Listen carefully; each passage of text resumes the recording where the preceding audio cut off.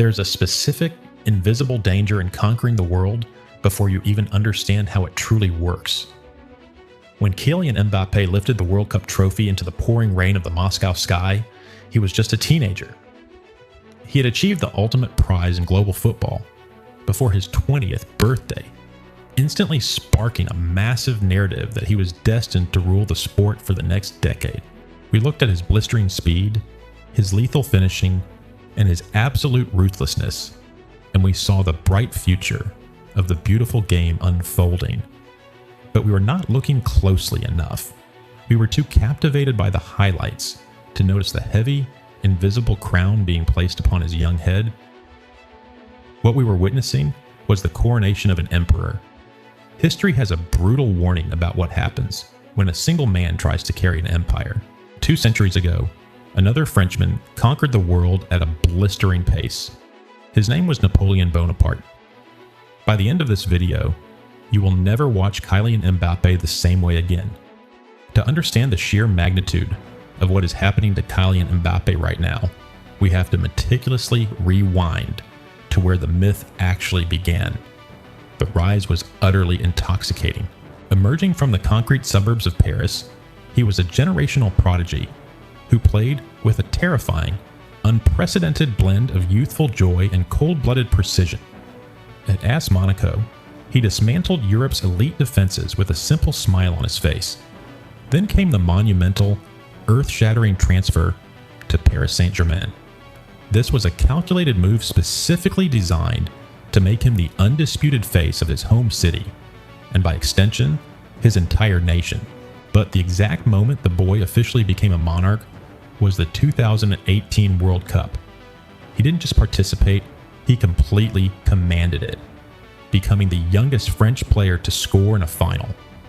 Since Pelé, tearing through desperate defenses with performances that felt fundamentally unstoppable.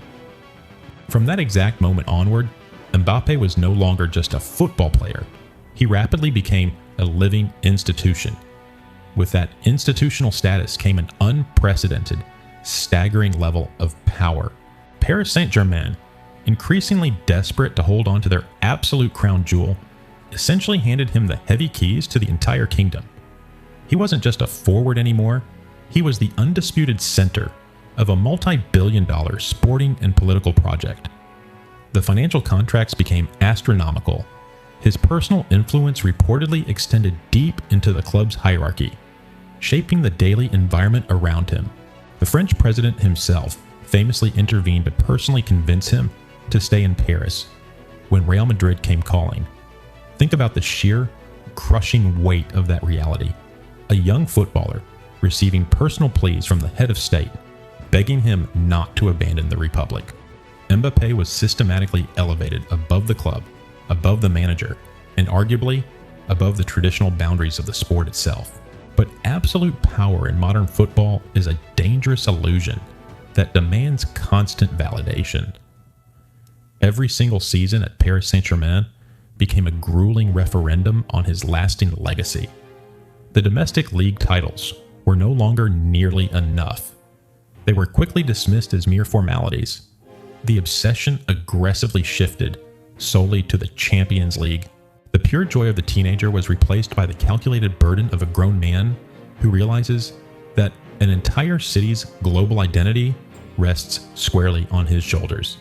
Centuries before Kylian Mbappé was even born, a young, relentlessly ambitious artillery officer named Napoleon Bonaparte engineered an astonishing, world-altering rise to absolute power.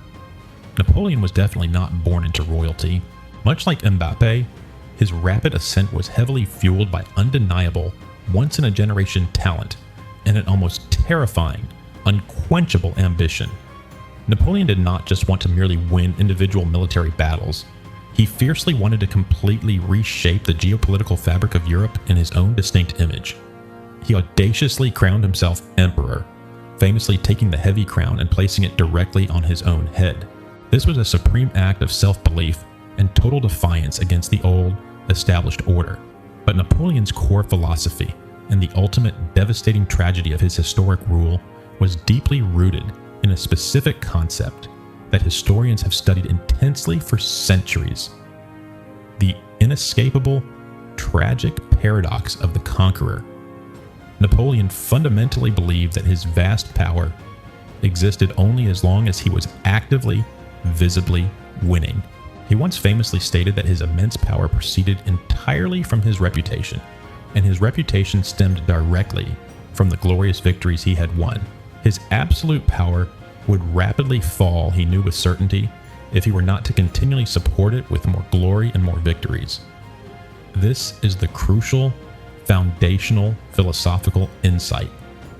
For the true conqueror, lasting stability is virtually impossible. The grand empire cannot simply exist in peace. It must constantly, aggressively expand, or it will inevitably collapse. There is no comfortable plateau of satisfaction for the emperor. The conqueror is tragically trapped on a never-ending treadmill of his own massive ambition. Every single victory only raises the baseline of future expectations. When you win the immediate battle, you must go on to win the war. When you miraculously win the war, you are expected to immediately conquer the entire continent. Furthermore, Napoleon's specific philosophy of power dictated an intense, highly isolating form of centralization. When one man effectively becomes the entire state, the heavy burden of failure rests solely and entirely on him. Napoleon warned us that a blind obsession with absolute glory eventually, inevitably, alienates the conqueror from basic reality, slowly turning every ally into a mere instrument and every minor setback into a massive existential crisis. This dynamic is exactly what Napoleon meant when he painfully articulated the heavy burden of endless conquest. And it is the precise trap that has deeply defined Kylian Mbappe's highly scrutinized career over the last few turbulent years. Mbappe's incredibly dominant reign at Paris Saint-Germain was never truly just a footballing project. It was a modern Napoleonic campaign. Just as Napoleon boldly crowned himself, clearly signaling to the world that he answered to absolutely no one, Mbappe's series of mega contract renewals at Paris Saint-Germain effectively elevated him far above the actual institution of the football club itself. He was deliberately given unprecedented authority, a desperate attempt by the wealthy ownership to constantly appease their young emperor. But just like the French emperor before him, Mbappé slowly discovered that this supreme, unquestioned power is a highly toxic chalice. When you are the undisputed center of gravity for an entire organization, you are no longer just a functioning part of a team. You literally are the team. Every single time Paris Saint-Germain stepped onto the pitch in a crucial Champions League knockout tie, the entire tactical and psychological weight rested entirely on his blistering speed and sheer willpower. If they won, it was expected. If they unfortunately lost, the massive failure was laid entirely at the feet of the boy king. Remember Napoleon's crucial warning: his vast power proceeded only from his carefully curated reputation, and his reputation demanded constant, unending victories. Mbappé found himself trapped in this exact paradox. Winning the French domestic league was no longer celebrated as a true victory. It became a bare minimum requirement, offering absolutely no real glory. He was heavily forced to constantly seek out entirely new, increasingly difficult conquests to validate his immense power. The frantic attempts to single-handedly drag his deeply flawed team through Europe were the exact sporting equivalent of Napoleon's relentless military campaigns. When Mbappé finally realized that the Parisian Empire could fundamentally not conquer Europe, he made the ultimate decisive Napoleonic decision. He chose to abruptly march on an entirely new capital. His highly anticipated move to Real Madrid is a calculated abdication of one throne to forcefully claim an even larger one. Real Madrid is the ultimate empire in world football. By actively choosing to go there, Mbappé is knowingly walking directly into the ultimate, unforgiving test of the conqueror's paradox. This is just one single story. What Napoleon acutely saw in the fatal ambition of powerful emperors is merely one fascinating chapter of a much bigger pattern, one that tragically repeats itself across the greatest careers in all of football history. I meticulously put 15 of these incredible stories together in the Philosopher's Locker Room, intimately detailing the players, the philosophers, and the stark warnings nobody listened to. The link is directly in the description below if you truly want to go deeper into the beautiful game. We all have our own empires to build. You might not be lifting the World Cup in Moscow or placing a golden crown on your head in a Parisian cathedral, but the fundamental mechanics of human ambition are exactly the same. We are culturally conditioned to believe that the next promotion, the next financial milestone, the next relationship will finally be the thing that brings us lasting peace.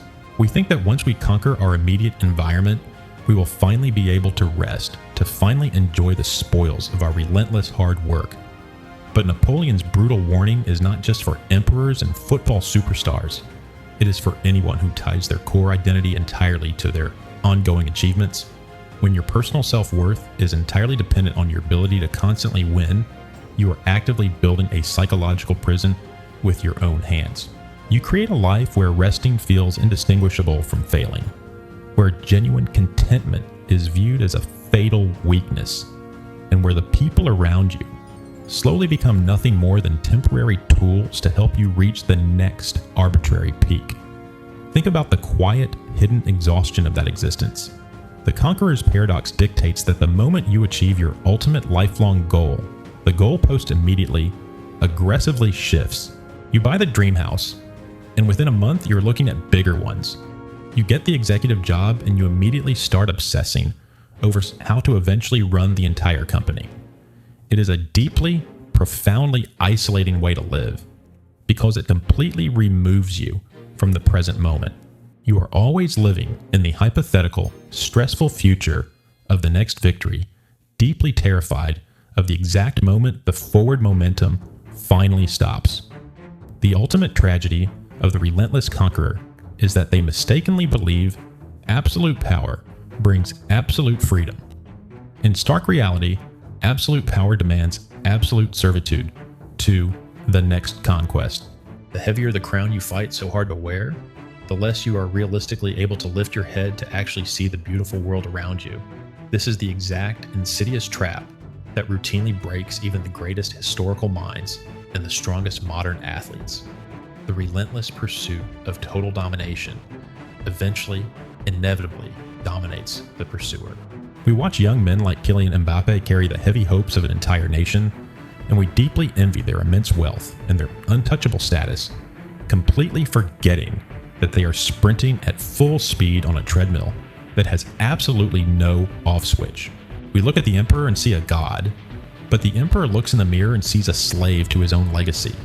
If you build your entire life solely on the fragile foundation of constant conquest, do not act surprised when the empire eventually crumbles under its own crushing weight. If Kylian Mbappe's story hit you like this, imagine what happens when you see this exact same pattern unfold across 15 more global legends and 15 more brilliant philosophers who desperately tried to warn us before it was too late. The Philosopher's Locker Room is linked below. And if you want more dark, hidden stories exactly like this one, the only way to make absolutely sure you don't miss the next profound warning is to subscribe right now.